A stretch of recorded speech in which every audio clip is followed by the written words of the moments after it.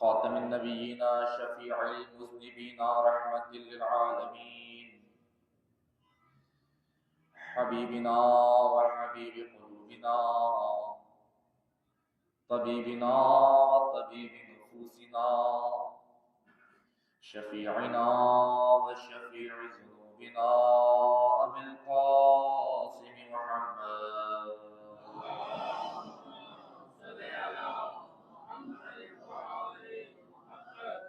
ثم الصلاة والسلام على أهل بيته الطيبين الطاهرين المعصومين المنتجبين الميامين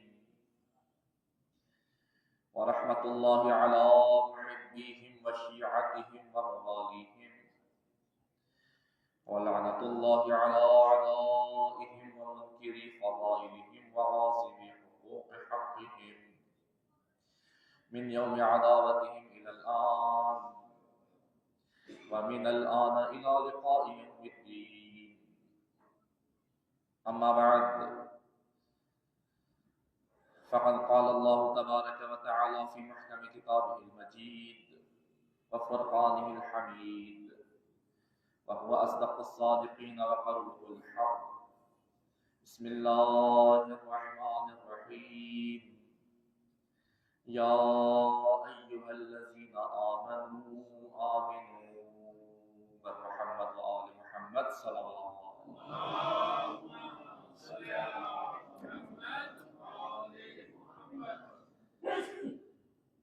عزیزان گرامی،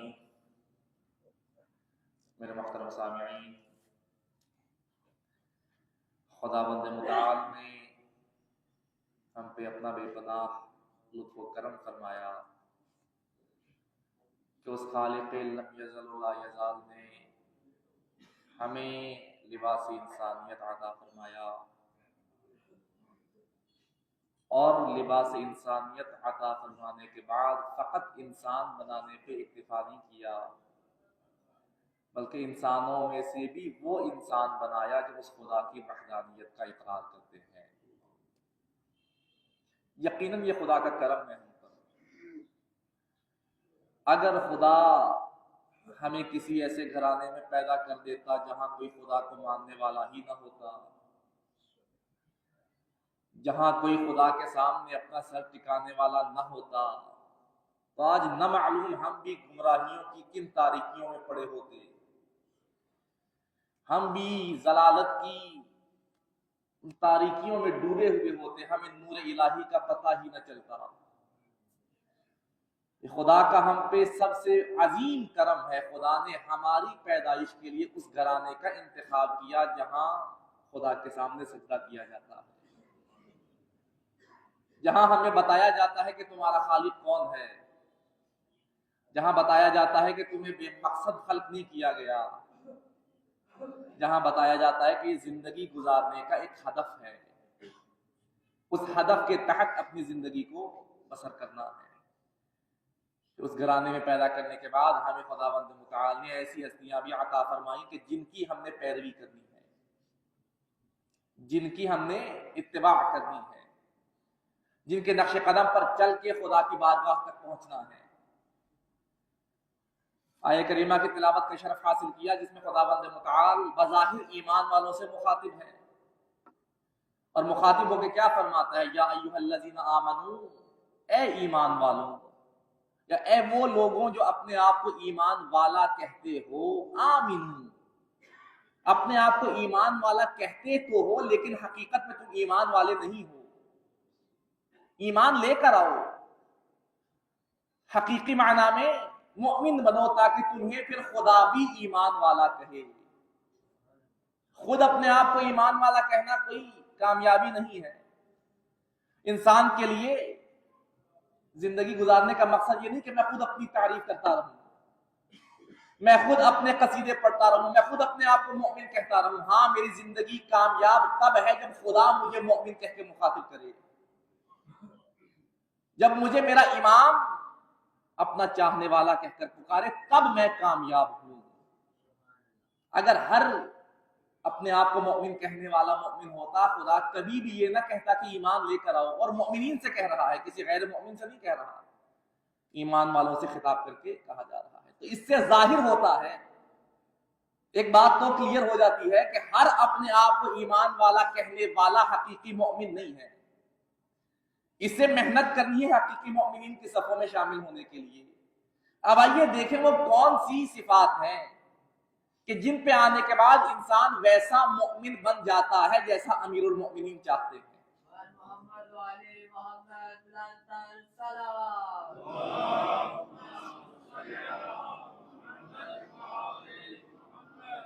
کیونکہ مجھے ویسا مومن بننا ہے جیسا میرا امیر چاہتا ہے. جب مولا کائنات کو امیر المومنین کہا جاتا ہے، جتنے مومن ہیں خدا نے سب کا امیر مولا کو بنایا ہے، تو مولا ہی بتائیں گے کہ میری رعایا کیسی ہونی چاہیے، ان میں کون کون سی کوالٹیز ہونی چاہیے، کن کن صفات کا حامل انہیں ہونا چاہیے. آئیے آج دیکھیں کہ شیعہ علی ابن ابی طالب کہا کسے جاتا ہے. حقیقی مومن کون ہے کہ جسے مولا بھی کہے ہاں یہ میرا مومن ہے، میرا ماننے والا ہے، میرا شیعہ ہے. اگرچہ روایات بہت کثیر تعداد میں موجود ہے کہ شیعہ کہا کسے جاتا ہے، آپ کے سامنے بارہا وقتاً پیش بھی کی جاتی ہیں. آئیے آج امام حسن عسکری علیہ السلام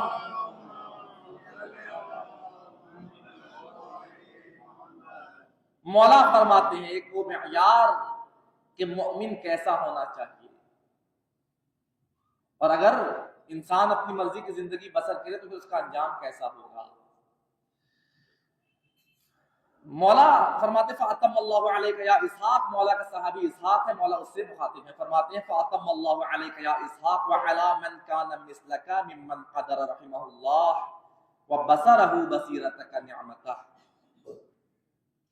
فرماتا ہے اسحاق، اللہ تعالیٰ نے اپنی رحمتیں تم پر تمام کر دی ہیں، اپنی رحمتیں تمام کرنے کے بعد تمہیں ایک امتیاز دیا ہے بصیرت کے ذریعے سے. تمہارے اندر خداوند متعال نے بصیرت نامی شے رکھی ہے کہ جو تمہیں تمام مخلوقات سے ممتاز کرتی ہے، جس کے بعد تمہیں اشرف المخلوقات کا درجہ عطا کیا گیا.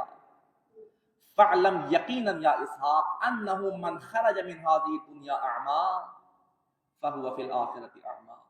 اے اسحاق، اس بات پہ یقین رکھ لو اور یقین کے ساتھ جان لو أَنَّهُ مَنْ خَرَجَ مِنْ هَذِهِ الدُّنْيَا أَعْمَىٰ، کہ جو کوئی بھی اس دنیا سے اندھا بن کے جاتا ہے، بینائی کو یہیں پر ختم کر کے جاتا ہے، فَهُوَ فِي الْآخِرَةِ أَعْمَىٰ، وہ یہ مت سمجھے یہاں سے اندھا جا رہا ہے، آخرت میں جب اٹھایا جائے گا تب بھی بغیر بینائی کے اٹھایا جائے گا، اس کے پاس دیکھنے کی آنکھیں نہیں ہوں گی.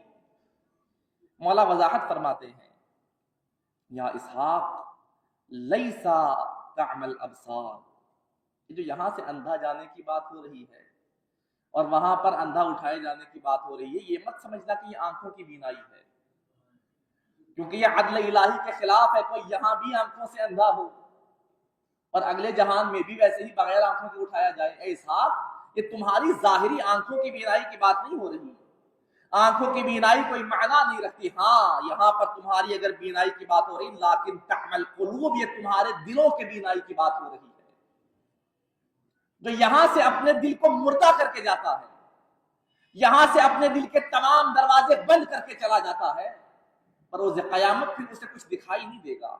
اگر وہاں دیکھنا ہے یہاں سے اپنے دل کی آنکھوں کو کھول کے جانا پڑے گا، یہاں سے ان دروازوں کو کھولنا پڑے گا کہ جو دروازے انسان کی کوشش کے ساتھ ساتھ خدا کھولتا چلا جاتا ہے. ہاں اگر کسی کے دل کی آنکھیں یہاں پر انہیں روشنی عطا کرتا ہے، میدان محشر میں وہ آنکھیں ایسے روشن ہوں گی کوئی بھی شے اسے تاریک دکھائی نہیں دے گی. لیکن اگر اس کے دل کی آنکھیں ہی بند ہیں، ہزار دفعہ اپنی ظاہری آنکھوں سے دیکھتا رہے، بصارت ہے لیکن بصیرت نہیں ہے، یہ اپنی آنکھیں استعمال کرتا ہے، اپنے دل کو استعمال نہیں کرتا، ظاہری چیزوں کو دیکھتا ہے لیکن جن چیزوں کے بارے میں غور و فکر کرنا ہے ان کے بارے میں غور و فکر نہیں کرتا. یہ مت سمجھے میں دیکھ رہا ہوں، یہ سمجھے کہ میں اندھا ہوں، اس لیے کہ جن چیزوں کو دیکھنا تھا انہیں دیکھ نہیں پا رہا، جو چیزیں مجھے خدا تک لے کر جاتی تھی ان کی طرف میری نگاہ پڑ ہی نہیں رہی، فقط انہیں دیکھ رہا ہوں جنہیں دیکھنے کا مجھے دل کرتا ہے، جنہیں دیکھ کر میں محظوظ ہوتا ہوں، بینائی یہ نہیں کہ انسان وہ دیکھے جس سے فقط میں محظوظ ہوں، بلکہ وہ دیکھے کہ جس سے انسان کی دنیا بھی سنورے اور آخرت میں بھی انسان کامیاب ہو۔ آیت قرآن بھی ہے یہ مولا کا فرمان کہ جو یہاں سے اندھا اٹھایا جائے گا آخرت میں بھی اندھا ہوگا، اور جو یہاں سے بینائی لے کر جائے گا آخرت میں بھی بینائی اس کے ساتھ ہوگی۔ وہاں پر کوئی اسپیشل بینائی نہیں، یہیں سے لے کر جانی پڑتی ہے۔ تو شیعہ علی ابن ابی طالب کی پہلی علامت یہ ہے کہ وہ بابصیرت ہوتا ہے، ایک بامقصد زندگی بسر کرتا ہے، اگرچہ آنکھوں سے اندھا ہے لیکن اپنے دل کی آنکھوں کو ایسے استعمال کرتا ہے کہ ظاہری آنکھیں رکھنے والوں سے ہزارہا درجے بہتر زندگی گزار کے جاتا ہے، کیونکہ دل میں نور ولایت علی ابن ابی طالب ہے۔ یہ نور کبھی اندھا نہیں ہونے دیتا، یہ نور کبھی گمراہ نہیں ہونے دیتا، یہ نور کبھی ٹھوکریں نہیں کھانے دیتا۔ تو اگر شیعہ علی ابن ابی طالب بننا ہے بابصیرت بننا پڑے گا، اپنے دل کو زندہ کرنا پڑے گا، اپنے دل کے ساتھ گفتگو کرنی پڑے گی۔ یہ پہلی علامت ہے۔ آئیے ایک اور علامت امام حسن عسکری علیہ السلام کی زبانی میں۔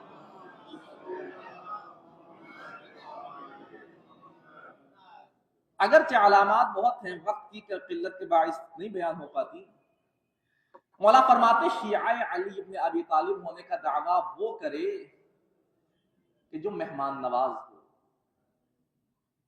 کیونکہ یہ سیرت علی ابن ابی طالب ہے۔ کبھی بھی کوئی علی کا شیعہ ہونے کا دعویٰ کرے اور مہمان نواز نہ ہو، ایسا ہو نہیں سکتا۔ مہمان کی قدر کرتا ہے شیعہ، مہمان کی قدر کرتا ہے علی کا چاہنے والا۔ پھر مولا ایک واقعہ بیان فرماتے مولا کائنات کے دور کا۔ مولا فرماتے مولا کائنات کے گھر دو مہمان آتے ہیں مولا کی زیارت کے لیے، ایک باپ اور بیٹا۔ مولا خود بڑھتے ہیں دروازے کی طرف، ان کا استقبال کرتے ہیں، انہیں اپنے سینے سے لگاتے ہیں اور سینے سے لگا کے انہیں اپنے گھر کی اونچی جگہ پہ بٹھاتے ہیں کہ جہاں پر عام لوگ نہیں بیٹھتے، وہاں مہمانوں کو بٹھایا جاتا ہے۔ اپنی نشست پہ مولا بٹھاتے ہیں اور ان دونوں کے درمیان آ کے بیٹھتے ہیں۔ دسترخوان بچھایا جاتا ہے، دسترخوان سے پہلے قمبر ان کا ہاتھ دھلانے کے لیے آتے ہیں کہ مہمانوں کا ہاتھ دھلوایا جائے۔ جب مولا کائنات دیکھتے ہیں کہ قمبر ان کا ہاتھ دھلوا رہا ہے، مولا قمبر سے وہ برتن لیتے ہیں اور اس مہمان کے ہاتھوں پہ اپنے ہاتھوں سے پانی ڈالنا شروع کرتے ہیں۔ یہاں مولا برتن لے کے اس کی طرف بڑھتے ہیں، وہ مولا کے قدموں میں لیٹ جاتا ہے۔ مولا آپ اور میں، آپ میرے مولا اور میں آپ کا غلام، مولا ایسا مت کریں کہ آپ جیسا مولا میرے ہاتھ دھلوائے، آپ جیسا آقا اور میں کہاں۔ مولا ایک جملہ ارشاد فرماتے ہیں، اے میرے مہمان یہ مت سمجھ کے تیرا مولا تیرے ہاتھ دھلوا رہا ہے، یہ سمجھ کے اپنے ہاتھ دھو کے قمبر تیرے ہاتھ دھلوا رہا ہے۔ اس وقت میں تیرا میزبان بن کے تیرے ہاتھ دھلوا رہا ہوں۔ اور مولا اپنے حق کی قسم دے کے فرماتے ہیں، اے میرے مہمان تجھے میرے حق کی قسم ہے، میرے سے اپنے ہاتھ دھلوا، کیونکہ تیرا مہمان بننا میرے لیے باعث شرف ہے کہ تو میرے گھر مہمان بن کے آیا ہے۔ مولا اس کا ہاتھ دھلواتے ہیں اور ہاتھ دھلوانے کے بعد مولا کے صاحبزادے محمد حنفیہ کھڑے تھے۔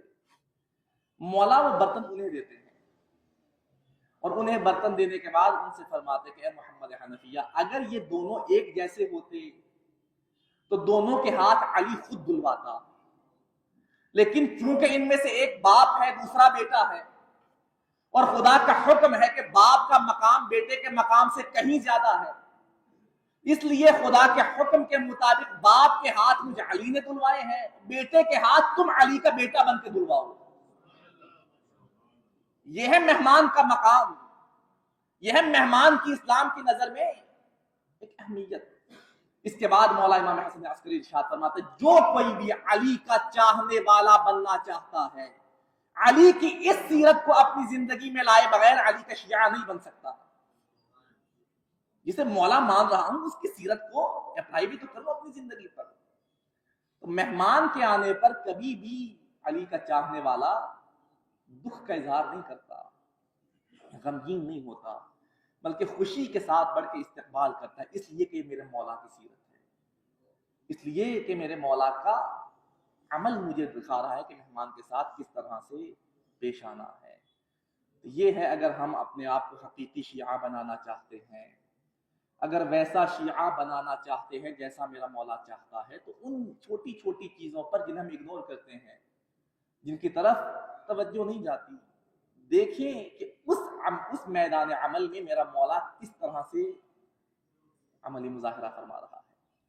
کہ کوئی فیلڈ ایسی نہیں جس میں میرے پاس نمونہ عمل موجود نہ ہو، ہر میدان میں اسوہ عمل میرے پاس موجود ہے، ہر عمل کے لیے میرے پاس پریکٹیکلی پہلے سے چیزیں موجود ہیں کہ میں نے کیسے کرنا ہے۔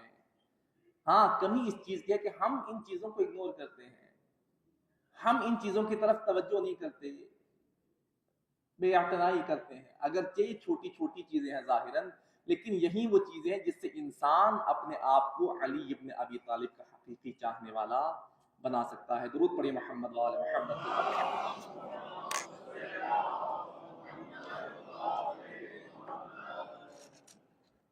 یہ صفات ہو گئیں علی کے چاہنے والے کی، انشاءاللہ اس پر گفتگو ہماری جاری رہے گی، کیونکہ ایام فاطمیہ ہیں، ایام جناب زہرا ہیں، 13 جمادی الاول سے لے کر 3 جمادی الثانی تک جناب زہرا کی شہادت کے ایام کے طور پہ منائے جاتے ہیں، اور پھر آگے جناب زہرا کی ولادت باسعادت کے ایام ہیں۔ ان ایام کو ہمارے علماء کے درمیان ایام فاطمیہ کے طور پہ منایا جاتا ہے، ایام سوگ کے طور پہ، کہ یقیناً یہ کوئی معمولی ایام نہیں ہے جن میں فاطمہ زہرا اس دنیا سے جا رہی ہیں۔ کوشش کریں گے یہ جتنے ہمارے انشاءاللہ ان ایام کے دوران جو میں آئیں گے، کسی حد تک جناب زہرا کا تذکرہ بھی ہوتا رہے، کیونکہ جناب زہرا وہ ہستی ہیں کہ اگر مقام جناب زہرا کو سمجھنا ہے، معصوم امام فرماتے ہیں کہ ہم خدا کی طرف سے لوگوں پر حجت ہیں، اور ہم حجتوں پر اگر کوئی حجت ہے تو وہ فاطمہ زہرا ہے۔ یہ بہت بڑا مقام ہے،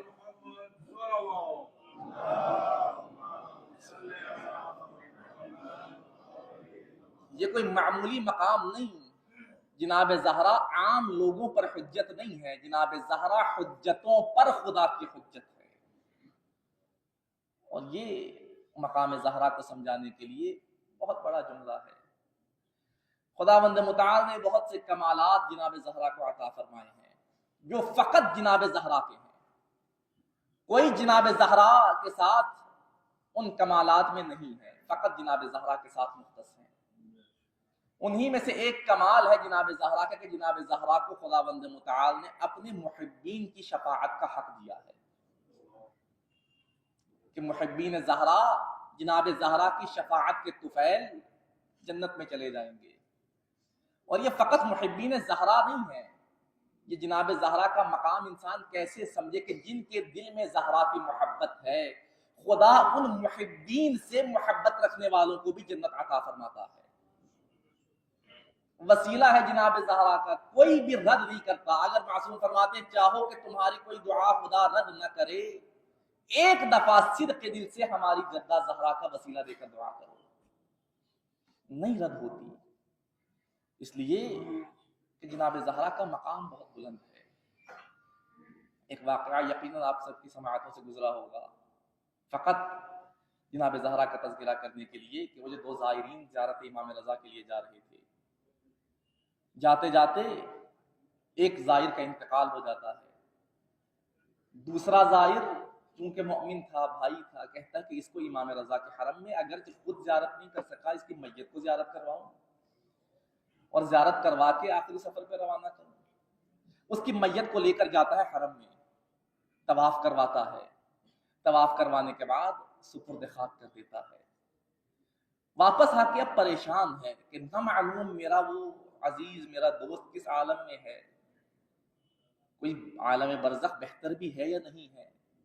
یہ کہتا ہے میں جانتا تھا گنہگار بھی تھا، غلطیاں بھی کرتا تھا، لیکن میں جاننا چاہتا تھا زیارت امام رضا نے اسے کون سا مقام عطا فرمایا ہے۔ مولا کے حرم میں آ کر ریگولرلی دعا کرتا ہے کہ اے بار الہ تجھے اس امام کا واسطہ مجھے دکھا میرا دوست کس عالم میں ہے، کیسی زندگی گزار رہا ہے۔ ایک دن اس کی دعا قبول ہوتی ہے، وہ عزیز وہ دوست اس کے خواب میں آتا ہے اور خواب میں یہ دیکھ رہا ہے کہ عالم برزخ کی بہترین زندگی گزار رہا ہے، کوئی مشکل نہیں ہے، کوئی تکلیف نہیں ہے۔ یہ سوال کرتا ہے میرے دوست تیری دنیاوی زندگی کو میں جانتا ہوں، میرے ساتھ رہتا تھا، گناہ بھی کرتا تھا، غلطیاں بھی کرتا تھا، لیکن یہ زندگی دیکھ کر ایسا لگتا نہیں کہ تو وہیں گناہ کرنے والا انسان ہے، تو وہیں اپنی دنیاوی زندگی بسر کرنے والا شخص ہے۔ آخر بتا تو صحیح تو اس مقام تک پہنچا کیسے، تجھے یہ مقام عطا کیسے ہوا؟ وہ کہتا ہے اگر آج میں اس مقام پر ہوں تو اس میں سب سے بڑا کردار سب سے پہلے تیرا ہے۔ اگر تم مجھے امام کے حرم میں نہ لے کر جاتا آج میرے پاس یہ مقام و مرتبہ نہ ہوتا۔ کہتا ذرا بتا کیا ہوا امام کے حرم میں؟ یہ کہتا ہے تم مجھے حرم امام میں لے کر آیا، مجھے طواف کروایا جا رہا تھا، تم نہیں دیکھ پا رہے تھے چونکہ میری آنکھوں سے پردے ہٹ چکے تھے، میں نے دیکھا میرا مولا اپنے حرم کے درمیان میں کھڑا ہے، میں نے اپنے مولا کو دیکھا، جیسے ہی مولا پہ نگاہ پڑی میں نے وہیں سے مولا کو سلام کیا اور کہا کہ مولا میری مدد فرمائیے۔ مولا نے میری مدد کا کوئی جواب نہیں دیا۔ دوسرا چکر شروع ہوا، دوسرے چکر میں پھر اپنے مولا سے مدد کی التجا کی، مولا نے آواز نہیں سنی میری۔ تیسرے چکر میں پھر پکارا، کہتا ہے 7 چکر میرے مکمل ہو گئے، میں ہر چکر میں مولا کو پکارتا، مولا میری آواز کو سن ہی نہیں رہے تھے، اگنور کر رہے تھے۔ کہتا میں مایوس ہو کے اس چارپائی کے اوپر بیٹھ گیا جا کر جہاں میری میت پڑی تھی۔ میں نے کہا اگر میرا مولا میری آواز نہ سنے، میرا مولا میری مدد نہ کرے، پھر میری مدد کون کرے گا؟ مایوس ہو کے بیٹھا تھا، میرے جنازے کو لے کر جا رہے تھے۔ جب دروازے کے قریب میرا جنازہ پہنچا، ایک بزرگ نے مجھے دیکھا اور مجھے بلایا اپنے پاس۔ میں جلدی سے اس کے قریب گیا، اس نے مجھ سے پوچھا پریشان کیوں ہے؟ اس در پہ آ کے مایوس ہو کر جا رہا ہے، وہ دروازہ کہ جہاں لوگوں کی امید بنتی ہے وہاں سے تو اپنی امید توڑ کے جا رہا ہے۔ یہ کہتا ہے میں نے کہا اگر نا امید نہ ہوں تو کیا کروں، میرا مولا میری آواز نہیں سن رہا، میرا مولا میری مدد نہیں کر رہا۔ یہ بزرگ کہتا ہے تو یہی ٹھہر، میں تجھے ایک ایسا وسیلہ بتاتا ہوں، اس وسیلے سے مولا کو پکار کے دیکھ، مولا تیرے جواب دیے بغیر رہ نہیں پائیں گے، یہیں سے مولا کو مولا کی جدہ کا واسطہ دے۔ یہ کہتا ہے میں جو ہر طواف میں مولا کو پکار رہا تھا، مولا کے قریب سے مولا آواز نہیں سن رہے تھے، اب میں نے دروازے سے مولا کو آخری ندا دی، مولا آپ کو آپ کی جدہ کی ٹوٹی ہوئی پسلیوں کا واسطہ، مولا بڑا گنہگار ہوں، مولا اگر یہاں سے چلا گیا کوئی میری مدد نہیں کر پائے گا، مولا اپنی جدہ کے واسطے سے خدا سے میری شفاعت کی سفارش کیجیے۔ وہ کہتا ہے بس میرے زبان سے مولا کی جدہ کا نام نکلنا تھا، مولا نے وہیں سے پلٹ کے جواب دیا، اے شخص اگرچہ تیرے عمل کے لحاظ سے دیکھا جائے تیرا عمل بالکل ویسا نہیں تھا کہ ہم اپنی نظریں اٹھا کر تجھ پہ اپنی نظر کرم بھی کرتے، ہاں تو نے ہماری جدہ کا واسطہ دیا ہے، یہ ایسا واسطہ ہے جسے کوئی معصوم رد نہیں کرتا، بس وہ واسطہ دینا تھا۔ امام نے میری سفارش کی اور آج میری بہترین زندگی گزر رہی ہے۔ یہ ایسا واسطہ ہے جو رد نہیں کیا جاتا، یہ ایسا واسطہ ہے جسے خدا رد نہیں کرتا، جسے کوئی معصوم رد نہیں کرتے۔